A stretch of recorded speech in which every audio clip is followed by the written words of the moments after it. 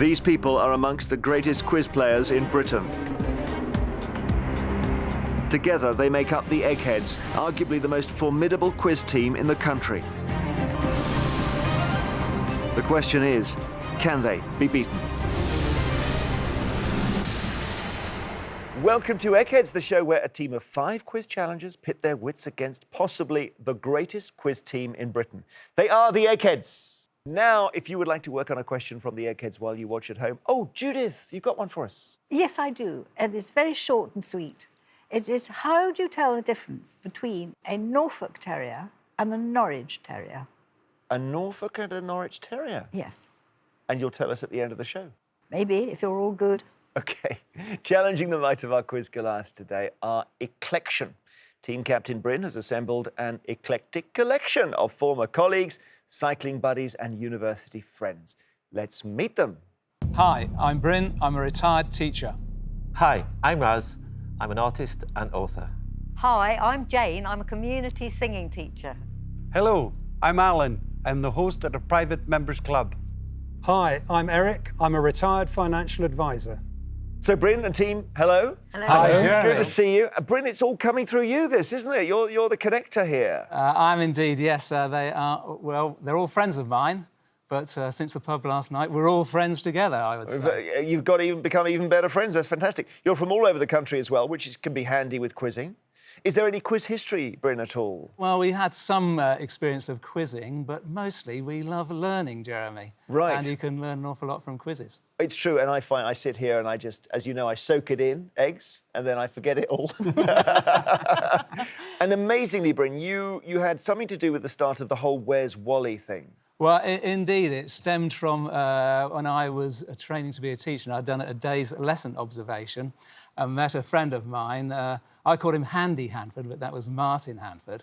And I said to him, "Hey, Handy, what's a Wally?" He said, "You what?" And I said, "What's a Wally?" He said, "What do you mean?"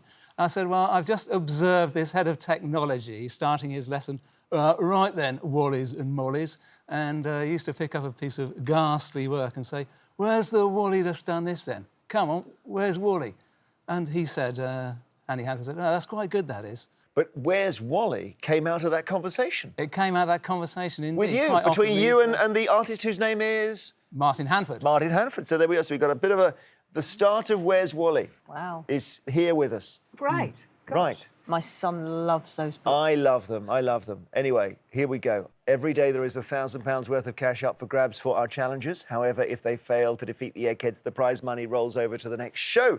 So, Eggheads, the Eggheads have won the last 7 games. They're on a bit of a, do we call it a roll or a run or a sprint or... They're moving. Anyway, and it means there's £8,000 for you to win today. The first head-to-head battle for you is on science. So, one of you, please, against either Beth, Barry, Chris, Pat or Judith. Right, well, I think we know who's going to do OK, that. I'll do that. Eric? Yes. Yeah. Who do you think we should, well, I should challenge? Who looks scientific? Beth has been good, but I might go for Beth. Certainly not Barry. Not Pat. Not Pat. Sorry, Barry, but... OK, Beth, OK? I'd like to challenge you. All right, and your discipline, Beth, is? Microbiology. Microbiology. Eric from... Yeah. Does that come as a surprise? OK. Don't worry, though, because science does Well, range by beyond. definition, my field of science is very small. So, Eric from Eggheads versus Beth from the Eggheads. And just to ensure there's no conferring, would you please now go to our legendary question room? Eric, you were a teacher for a long time? Yes, I was. I was a teacher for 18 years. And you taught? I taught biology and science. Oh, lovely. So we've got a biologist against a microbiologist. Yep. Do you want to go first or second on science, Eric? I'd like to go first, please. Here's your question. When are diurnal creatures most active? During the day, at sunset, or throughout the night? Well, not during the day. At sunset, no. Diurnal, I think, means throughout the night. Let's see, Eggheads? No. No, during the day. Oh, OK. Nocturnal is night. Beth, your question.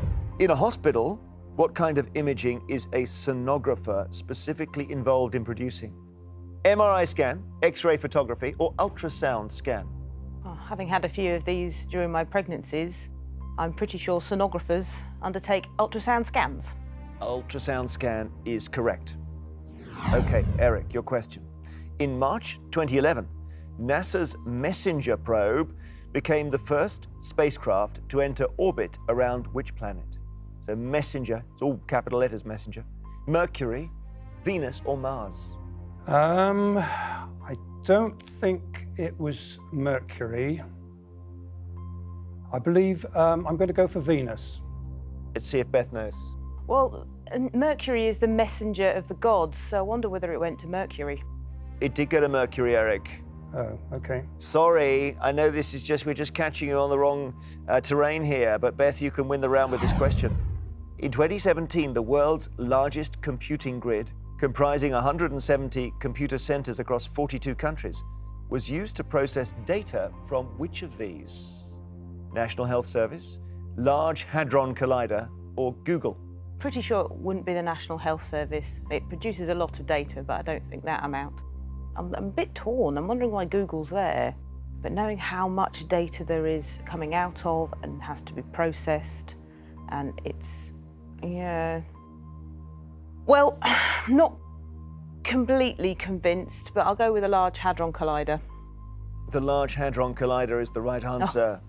Eric, sorry, no way back for you in this round. Okay. So Beth has won through, and Beth will be in the final, and if you return to us, we'll play round 2. As it stands, Eclection have lost a brain from the final round. The Eggheads have not lost any. It's very early days. Bryn and team, your next subject is film and TV.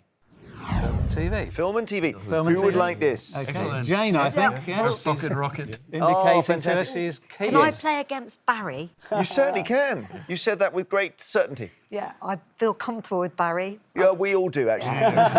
Everything to hear that. That's a lovely thing. Jane from Eclection against Barry from the Eggheads. Please go to the question room now. Looking forward to this, Jane against Barry. Yes, I am looking forward to it. And I almost expected you to arrive dressed as a pantomime cow, because I gather you've travelled the world like that.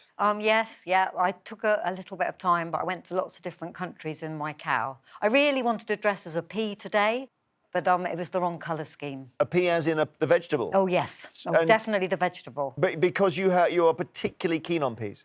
I really like dressing up as vegetables. I think vegetables are underrated. So there are certain vegetables that I like to expose through songs mostly, but peas are my favourite.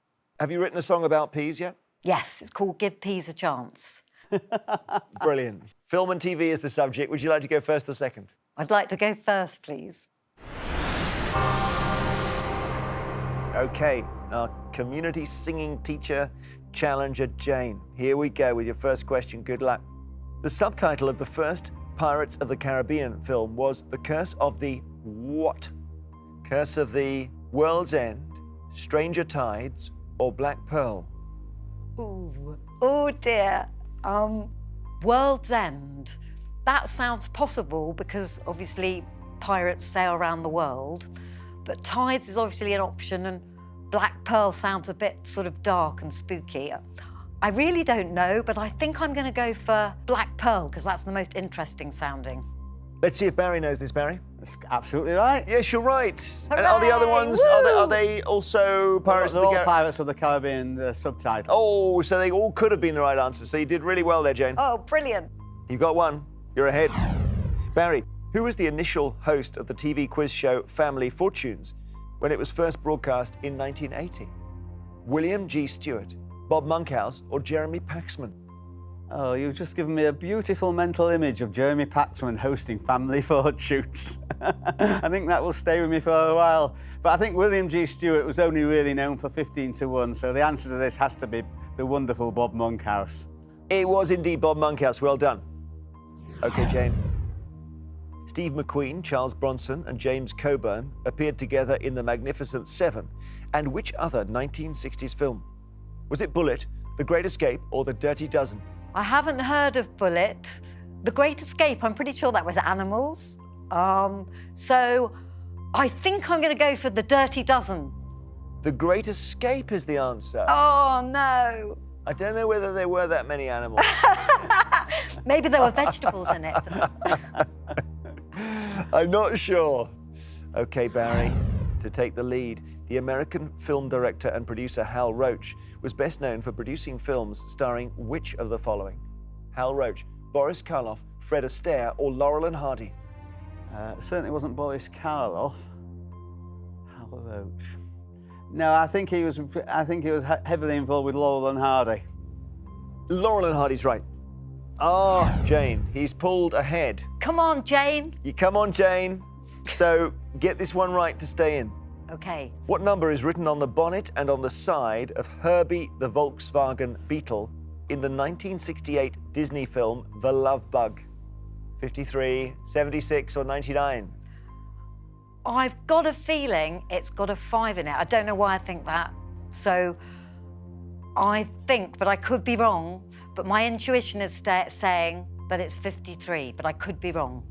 53 is right. Way! Way! So 2-2.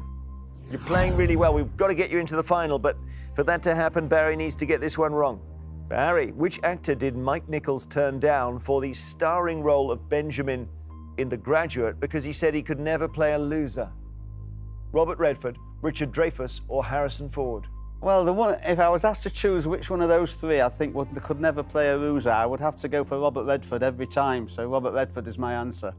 Robert Redford is the answer, Barry. Well done. Remorseless use of logic by Barry. And it was just that one question, Jane, in the middle. Oh, what a shame. Oh, well, thank you for playing. What fun. Come back to us. We'll see what happens in round 3.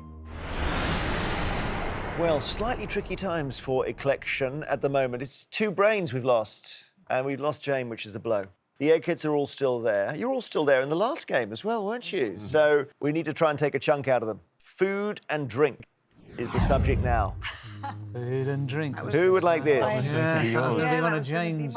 Oh, Jane. Who likes eating? Well, Alan? I'll give it a go. Yeah, go on, Alan. Alan then. I don't mind. Okay, Alan, our Private Members Club host, against which Egghead? And it's one of the 3 on the right here.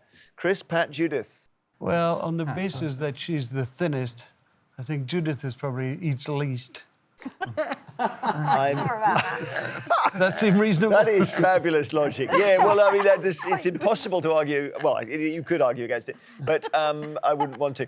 Alan from Eclection versus Judith from the Eggheads. This is a great game we're having today. Please take your positions in the question room. Alan, you're a host at a Private Members Club. That's correct. What sort of club is it? Well, it's a club. It's an international club, and people come and stay from all over the world. And I eat, drink, talk, golf, travel. That's basically what I do. Okay. And do you talk about the incident where you fell through the roof of the Victoria and Albert Museum? It crops up from time to time. How did that happen? A floor collapsed. Myself and my friend were up looking for a kestrel's nest, believe it or not. And I walked on a piece of wood that was weak and disappeared. Yeah, and you fell into... The lecture theatre. Right. And you were in hospital for a while? 12 weeks. But got better? Yeah, I had 3 feet of my large intestine removed. So I now describe myself as having a semicolon. Food and drink, Alan. Would you like to go first or second? I think ladies should go first, so I'll go second, thank you. Well, let's see. Judith, what is the name for the pattern of white fat seen in cuts of beef from specially reared cattle? Is it marbling, ribeye, or entrecôte? Well, ribeye and entrecôte are both cuts of meat, so it's marbling. Yes, marbling's correct. Alan, Barbarossa is the name of a grape variety and a type of wine from which country? Italy, USA, or Germany? Fortunately, I've drunk some of this. It's from Italy. It is from Italy. 1 each. Judith, your question. Which of these herbs has a lemon variety that has a citrus-like aroma and flavor? Oregano, rosemary, or thyme? That is thyme. You can have lemon thyme. It is time. It is time to move on. It's time to move on. Alan, skipjack is a type of what food fish? Skipjack, is it skate, tuna, or pollock? Tuna, I think, unlikely. Pollock, not so much. Skate. It's tuna. Pa. Pa. You serve that at the private members club? No. That must be why you got it wrong. So Judith is in the lead and in fact can win the round with this question. What food item is added to tomatoes, oil, garlic, basil and water to make the Tuscan soup papa al pomodoro? Is it bread, egg or rice? I think it's either bread or rice, and I can't make up my mind which. I'm going to say bread. 3 out of 3, Judith. Well done. You're in the final round. Alan, sorry, that one wrong answer, beastly tuna answer, has knocked you out. So come back to us, please. Rejoin your teams. We've got one more round to play before the final. Well, despite being one of the most fascinating teams we've ever had play Eggheads, Eclection have now lost 3 brains. So, Bryn, brilliant work bringing them all together. But now we just need to cut through here. The Eggheads are all still there, as you can see, all looking a bit too self-satisfied, I think, to be fair. And the next subject is politics. So, just this before the final, who wants this, Bryn or Raz? I'll take it. OK, Raz. Against which Egghead? It's Chris or Pat? Politics. I think we better go for Chris. Go for Chris, yeah. I think we better go for Chris. I think you described Pat as a silent destroyer on at least one occasion. I did, but I stopped saying that because the last couple of shows he's been more talkative than the others. I think we'll go for Chris, yeah. Yeah. Okay. Raz from Eclection taking on Chris. We don't do politics that much, Chris, do We don't do it all that often at all, Jeremy. No. So let's get in there. Let's see what happens for the last time before the final. Raz, loving the bow tie. We think, and this to me is amazing, I think it might be the first time a challenger has ever worn a bow tie, which shows how standards are slipping across this country. So, firstly, Raz, you're straight through to the final on the basis of the bow tie alone. Thank you. And you're an artist of what sort? Well, I do Arabic calligraphy, Islamic calligraphy predominantly, and I use traditional materials in contemporary ways. How brilliant. OK, it's politics, Raz. Would you like to go first or second? I think I'll go first. Here we go. Indira Gandhi was which country's first female prime minister? India, China, or the Philippines? Ooh, that's a difficult one. But I think Indira Gandhi would have to be India. India's the right answer, Raz. Well done. Chris, in November 2016, what headline did the Daily Mail controversially place on its front page to accompany photos of High Court judges who'd made a ruling on Brexit? What was this, Chris? Guardians of the Galaxy, enemies of the people, or cowards of the county? They were slandered as enemies of the people. Enemies of the people is quite right, very controversial. OK, back to you, Raz. Which of these cabinet positions did Malcolm Rifkind hold from 1995 to 1997? Foreign Secretary, Home Secretary, or Chancellor of the Exchequer? Malcolm Rifkind, I know I can't remember him being a Foreign Secretary. Chancellor of the Exchequer, I think, was someone else, but I don't think he was that high up to be a Home Secretary, but I'm going to go for Home Secretary, I think. Yes, I'm just thinking about this one. So this was at the end of the John Major government, and I'm thinking Chancellor was Kenneth Clarke. I'm wondering if Michael Howard was Home Secretary then, Eggheads. The answer is Foreign Secretary, Raz. Not particularly noticeable in that role. It was a very short time. I think it was a short time, and also the government was in some chaos. Chris, in which year was Winston Churchill first elected as an MP? 1880, 1900, or 1920? It was 1900. It was 1900. Well done. OK, Raz, back to you. You need to get this one right to stay in. Which new Labour figure was MP for Hartlepool from 1992 to 2004? Raz, was it Jack Straw, David Miliband, or Peter Mandelson? Well, it wasn't Jack Straw because he was Blackburn. I'm inclined to think David Miliband. The answer is Peter Mandelson. Peter Mandelson was the answer. Jeremy? Yes, Barry? Didn't Peter Mandelson once go into a fish and chip shop in Hartlepool and he saw the mushy peas on display and he asked if he could have some guacamole? I think it was avocado puree. Chris, well done. You're through to the final round. Raz, beaten by our Eggheads, sorry, and as a result, not able to help your team in the final. If you come back to us, though, we'll see what happens in the final round, playing for £8,000. So this is what we have been playing towards. It's time for the final round, which as always is general knowledge. But I'm afraid those of you who lost your head-to-heads won't be allowed to take part in this round. So all from the challengers' side, Raz, Jane, Alan and Eric from Eggheads. Sorry, but would you please now leave the studio? Bryn, love the shirt, by the way. Thank you, Jeremy. That's a cracker. Is it yours? Well, I worked as a textile designer, Right. so I thought I could do something which I felt was appropriate for the show. So you made it yourself? Yes, indeed, on my dining table. Brilliant. And it's all eggs, yeah? You've got that eggs? You worked that out? Yes. I was rather hoping it would work on a subliminal level as the eggs are fried, but that hasn't been the case so far. Oh, but it could be. It could be. We want to fry them now, if possible. That would be perfect timing. You're playing to win Eggheads £8,000. Beth, Barry, Chris, Pat, Judith, you're playing for something that money can't buy, which is the Eggheads' reputation. As usual, I will ask each team 3 questions in turn. They're all general knowledge, Bryn. Normally I say you can confer, but obviously tricky if you're on your own. The big question, though, is whether your one brain can defeat these 5. A little bit of oil, gas on, and just bang, fry the lot of them. OK? Indeed. Would you like to go first or second, Bryn? Well, they say fortune favours the bold. I would like to go first, please, Jeremy. Here's your first question. Good luck. Miuccia Prada, born in Italy in 1949, is a famous name in which field? Classical music, ballet, or fashion? I used to be head of a fashion department, and I would say fashion. Fashion is right, of course. Eggheads, your first question.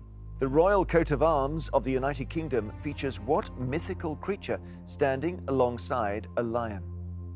Griffin, unicorn, or centaur? Unicorn. Unicorn. Yeah, unicorn. We think that's a unicorn. It is a unicorn. 1 each. Good stuff, Bryn. Playing for £8,000 here.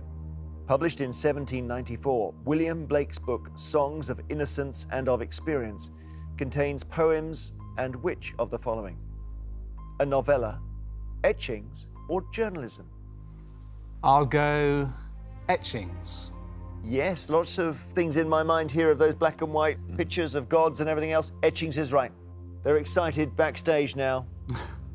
Eggheads, which school of thought argues that pleasure and happiness are the proper aim of human life?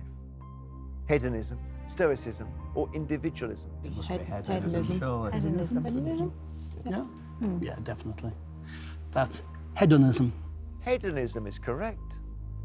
So, here we are, 2-2. This is exciting, Bryn, isn't it?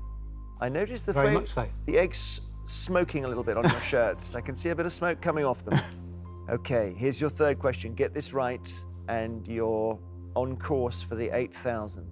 In which Cole Porter song do these lyrics appear? I'll control my desire to curse while you crucify the verse. This verse I started seems to me the tin pan antithesis of a melody. Night and day, it's de-lovely, or you're the top. Well, I don't think it's you're the top, you're the Eiffel Tower. It doesn't run like that. It's de-lovely. That sounds like something out of My Fair Lady, but it's not. I'm going to say it's de-lovely. It's de-lovely is the right answer. Well done, Bryn. 3 out of 3 in the final round. Whatever's happened before doesn't matter now. You've done what you had to do. £8,000 is yours if the Eggheads get this wrong. Here's your question. During the 1970s and 1980s, Leonard Parkin regularly appeared on television in what capacity? Newsreader, gardening expert, or late-night chat show host? I think he was a newsreader, wasn't he? Yeah. Was he a newsreader? ITN newsreader. Was he? Yeah. Yeah. Oh, okay. I think he was a newsreader. Go with that. It's out of my frame of reference. Rings a bell. Yeah. Okay, we're happy with that. Yeah. We're going for newsreader.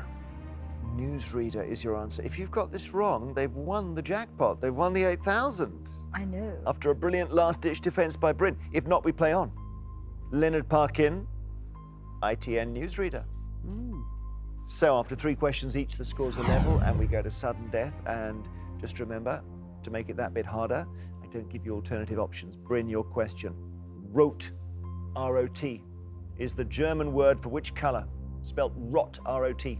Oh, I'm no linguist, but I'm going to choose the obvious, which is red. Red is right. Well done. Didn't go astray. So again, if you get this wrong, it's over, Eggheads. That run has come to an end. Here's your question. A gimlet cocktail typically consists of gin mixed with what? Fruit juice. Lemon juice. It's lemon juice. Lemon? Yeah. Is it lime or lemon? I thought it was lemon. It's lime or lemon, but I'm not sure which it is. Not sure. Not lime, that'd be lemon in that case. No, I'm pretty convinced it's lemon. We've been this way before, and What makes you convinced it's lemon? Having drunk some. Oh, well, then you probably know. that sounds pretty convincing to me. Yeah. Yeah. No, I can't think of it being lime. It's not. I don't. I'm not. Well, if you've drunk, I've drunk some. you like them, Yeah. and so you have them occasionally. Yeah. Occasionally. Okay. Okay. I think that's good enough. Okay, so we're going for Beth buries her head in hair. we're going for lemon. Okay. We think that should be lemon. Lemon is your answer. And if you've got it right, we play on. If you got it wrong, then they've won the £8,000. So in the middle of the word gimlet, what 4 letters can you see? Lime. It's an anagram of lime. The answer is lime. We say congratulations, challengers, you have won!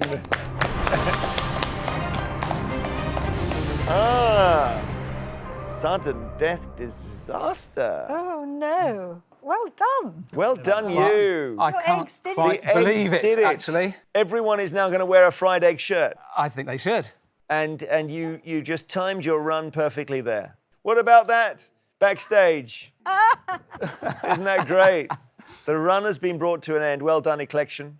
You've won £8,000. And you can officially say you're cleverer than the Eggheads. And it's so fitting that the first bow tie we've had in a decade and a half and they win it. Everyone's going to be having a fried egg shirt and a bow tie.